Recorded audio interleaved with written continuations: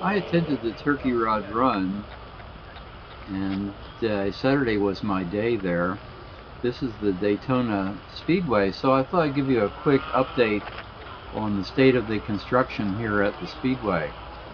It's quite an ambitious project. They're more than doubling the seating capacity. They're putting in restaurants.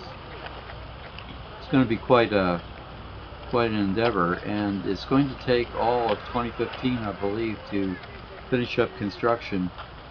Here you see the Speedway part that's facing International Boulevard, and there you see some of the materials.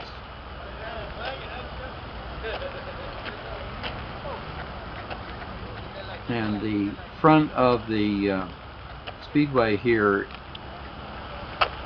has very limited parking because of all the materials that are stored there.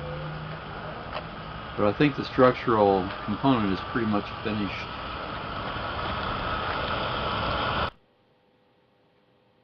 Here's an overview of the central part there.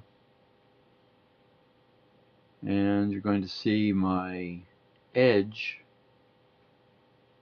which I traveled to Daytona with. And it is right there in the middle.